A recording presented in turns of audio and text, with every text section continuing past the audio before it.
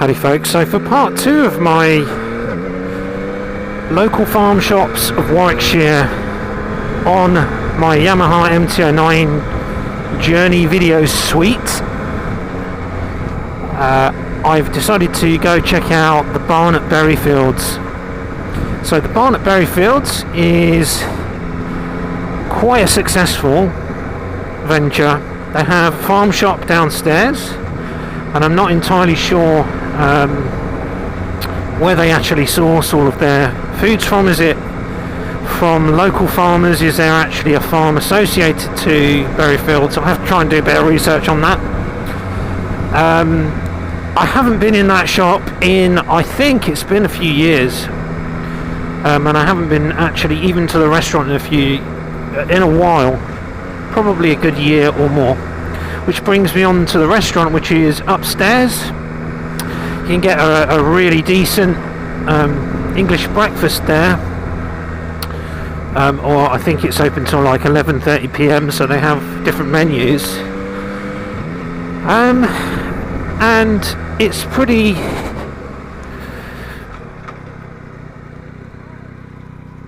pretty local to me. It's 10 minutes away. There is a spot of rain today, but it wasn't enough to put me off.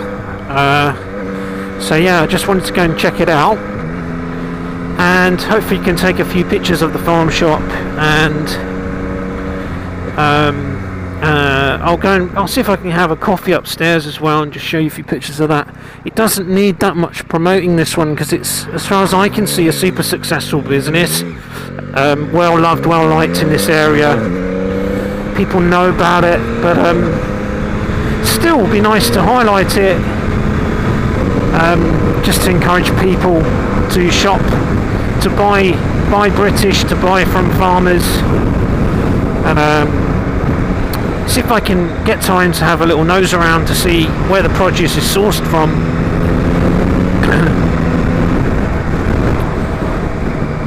And as I was mentioning in my first video, the farmer's way of life is under threat, but if there's no farmers, there's no food.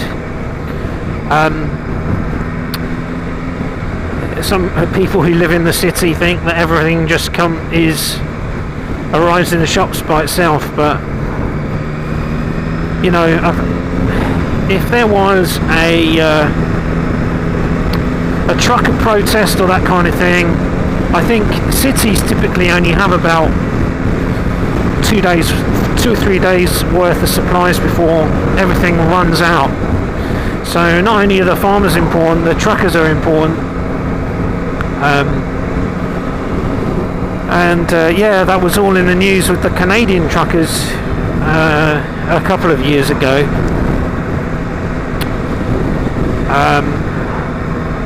So that sort of highlights as well the importance of becoming self-sufficient.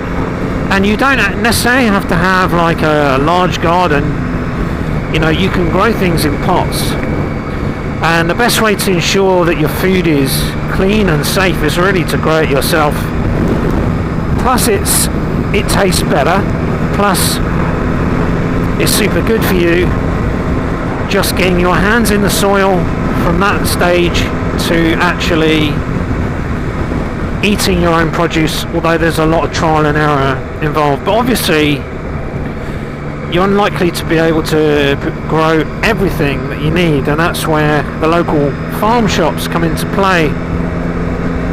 It's an excuse for me, of course, to get out on my bike on some shorter journeys, but I am going to be going a little bit further afield as well, to check out all of the farms I've got on my list, and maybe a few that I've missed, including what isn't really a farm shop but is a chicken, what would you call it? A place where they sell chickens, and they have loads and loads of birds there, from cheap ones to expensive ones. I'd like to include that as well. And also I want to include a bookshop, coffee shop, which again, strictly speaking, is not a farm shop, but it is on my list because it's very local and it's rural, and it's all about promoting and advertising local businesses drawing attention to them as much as possible. That's my sort of my mission. So we'll check that out as well. Maybe as soon as tomorrow I might go to that one, because it's close, and my wife has been meaning to take me there. We did attempt it once, but it was closed when we got there. I think because it was either a bank holiday or between Christmas and New Year, and it wasn't really clear online whether it was open. This is the problem I had with Antrobus Farm yesterday, is their Facebook page didn't reflect the reality that their shop had actually closed permanently, or certainly for the time being.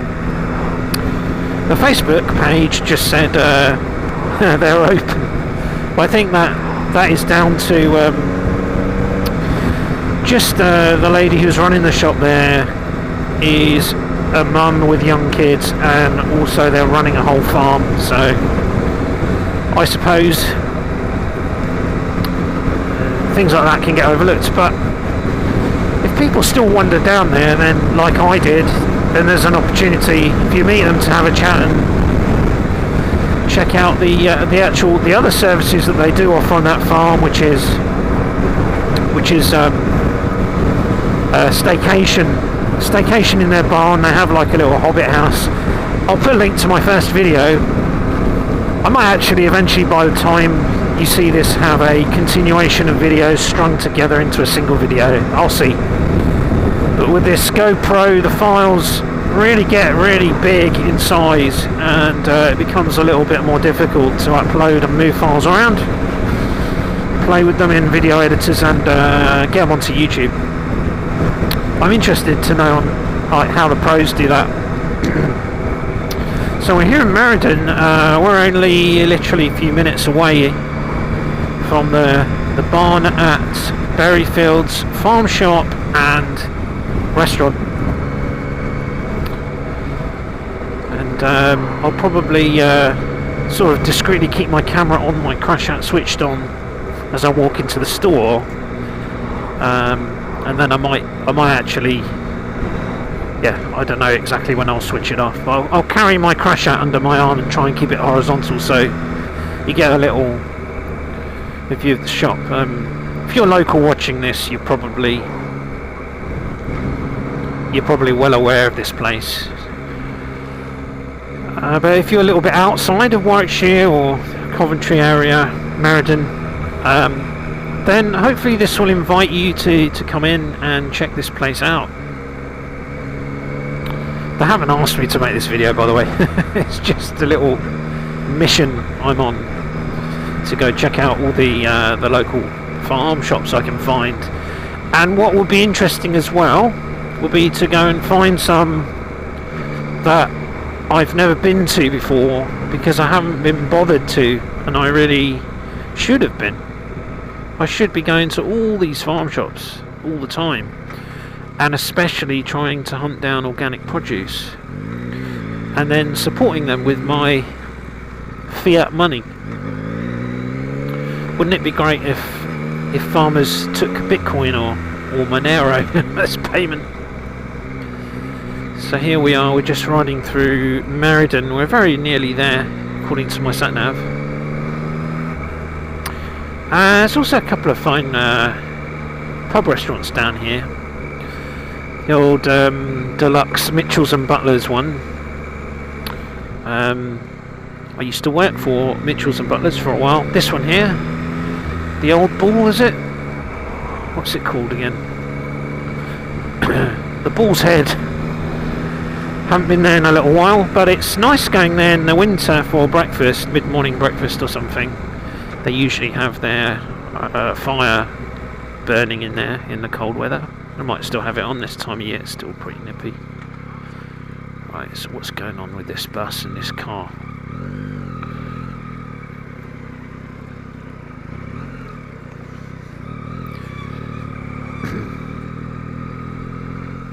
There's like a congestion of buses and coaches. Right, we've got to go right here on the Berkswell road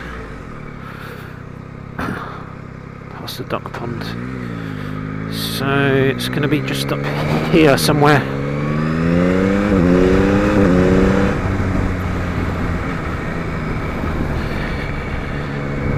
coming up soon. The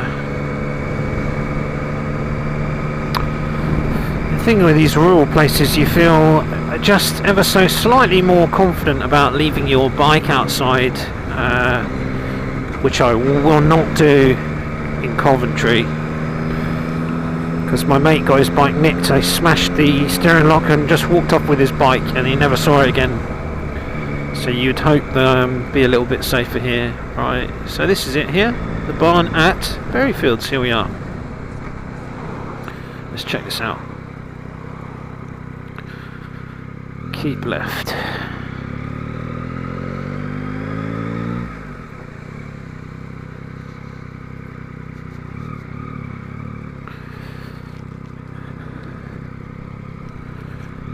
Try and park near the front if we can.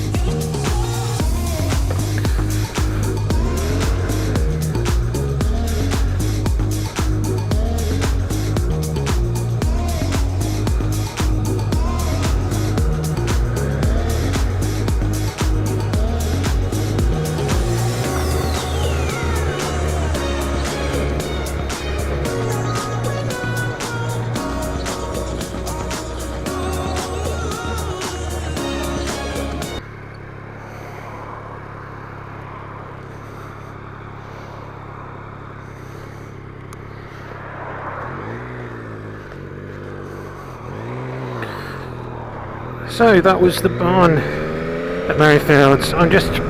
The barn at Berryfields, sorry.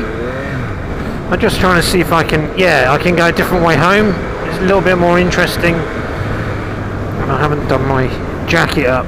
I'm feeling the air a little. So I've got a little bit more information. So while I was there, I bought one of their delicious eclairs. A little bit junky, but I am partial to the occasional eclair. It was very tasty. I sat down in their little cafe there. I was going to go upstairs so I could take a picture of the upstairs, but I'll show a picture from their website. But the upstairs is just food only, so she said they would have just sent me back down for the coffee and cake. So I stayed downstairs, but I managed to find out... I've missed my turning. I managed to find out a bit of information there from the lady as I was buying some rashers of bacon. And that is that the barn at Berryfields, they have their own farm, which is amazing. So they actually produce their own pork and beef. So the bacon that I bought today is locally produced. And lamb they buy from quite a local... Oh look, here's another farm. I wonder what they do there. They buy their lamb from another local farm somewhere around here, and their veg they grow when it's seasonal, and otherwise they get other produce in. The only downside is that they don't do organic. And again, it just shows the challenge of organic. You have to be really dedicated. You have to, I think, really believe in it to do it. The same problem I had at Antrobus. The lady cited the same issue, which is price. So that's the only thing. I would probably still, I'd definitely still go down there for coffee or some food in a restaurant. But yeah, I might be tempted to buy some of their meat sometimes, although I would prefer to eat organic meat. I don't eat a lot of meat, but when I do eat it, I like it to be good quality, no hormones, no antibiotics, no nothing, just good quality. So theirs wouldn't be organic, and you know, their produce in the store isn't organic. That was where Antrobus Farm was great, was their stuff was organic. So maybe that's something I should Google, is you know, organic farm shop, just to see if there are any left in the area. But even if there aren't, I still feel it's important to try and support the local farmers. It's good to eat things that are in season as well, to be sort of in tune with nature. In the winter, when you eat like the pumpkins and the squashes, these are the veg that have stored the energy of the sun during the growing months, and so you're getting the energy of the sun indirectly when you eat them in the colder months. It's a bit hairy on this road, a bit wet, could be slippy, so I need to be careful here. I just wanted to come home a different route.